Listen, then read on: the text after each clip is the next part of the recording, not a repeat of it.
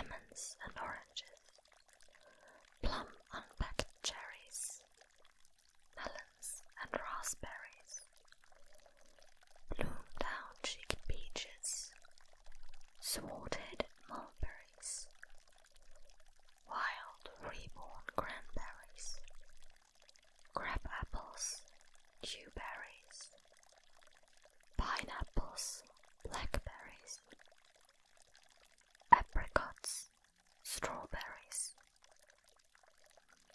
all ripe together in summer weather. Morns that pass by, fair eves that fly, come by, come by.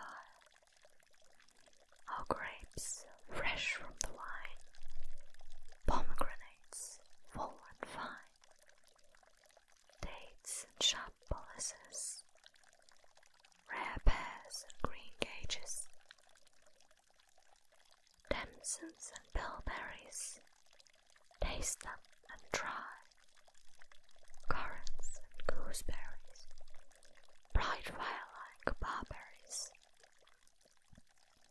figs to fill your mouth, citrons from the south, sweet to tongue and sound to eye, come by, come by. Evening by evening, among the brookside rushes, Laura bowed her head to hear, Lizzie veiled her blushes, crouching close together in the cooling weather, with clasping arm and cautioning lips, with tingling cheeks and fingertips. Lie close, Laura said, breaking up her golden head. We must not look at Goblin Man. We must not buy their fruits. Who knows upon what soil they fed their hungry, thirsty roots? Come by, call the goblins, hobbling down the glen. Oh, cried Lizzie, Laura, Laura, you should not peep at Goblin Man. Lizzie covered up her eyes, covered close lest they should look. Laura reared her glossy head and whispered like the restless brook, look, Lizzie, down the glen tramp little men. One holds a basket, one bears a plate, one lugs a golden dish of many pounds weight. How fair the vine must grow, whose grapes are so luscious, how warm the wind must blow through those fruit bushes. No, said Lizzie, no, no, no. Their offers should not charm us. Their evil gifts would harm us. She thrust a dimpled finger in each ear, shut eyes and ran. Curious Laura chose to linger, wondering at each merchant man. One had a cat's face, one whisked a tail, one tramped at a rat's pace,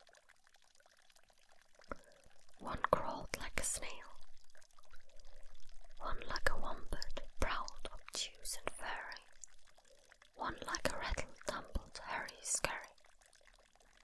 She had a voice like voices of doves, cooing all together.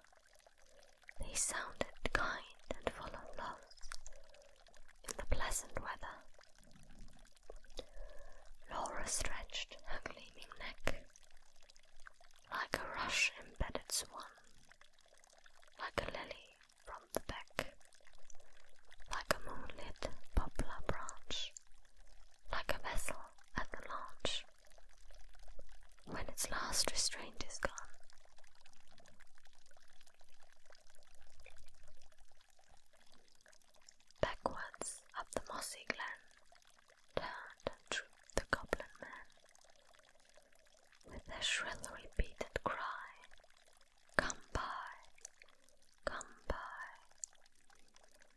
When they reached where Laura was, they stood stock still upon the moss, leering at each other, brother with the queer brother, signalling each other, brother with sly brother.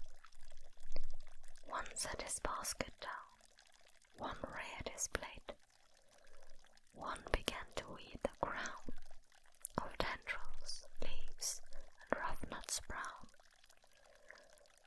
Men sell not such in any town. One heaved the golden weight of dish and fruit to offer her. Come by, was still their cry. Laura stared, but did not stir, longed, but had no money. The whisk-tailed merchant bade her taste, in tones as smooth as honey. The cat-faced bird, the red-faced spoke a word of welcome, and the snail-paced even was heard.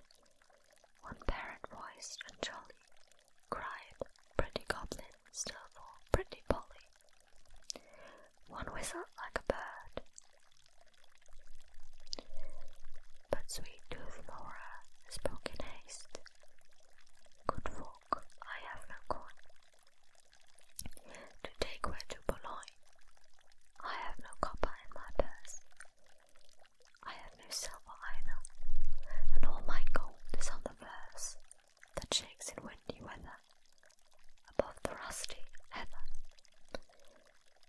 "You have much gold upon your head," they answered all together. "Buy from us with a golden curl."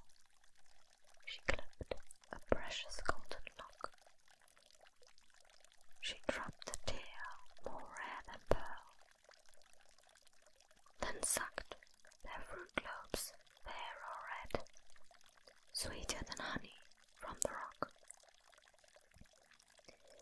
stronger than man rejoicing wine, clearer than water flowed that shoot. She never tasted such before. How should it cloy with thankful use? She sucked and sucked and sucked the more fruits which that unknown orchard bore. She sucked until her lips were sore, then flung the emptied rinds away, but gathered up one kernel stone, and knew not was it night or day, as she turned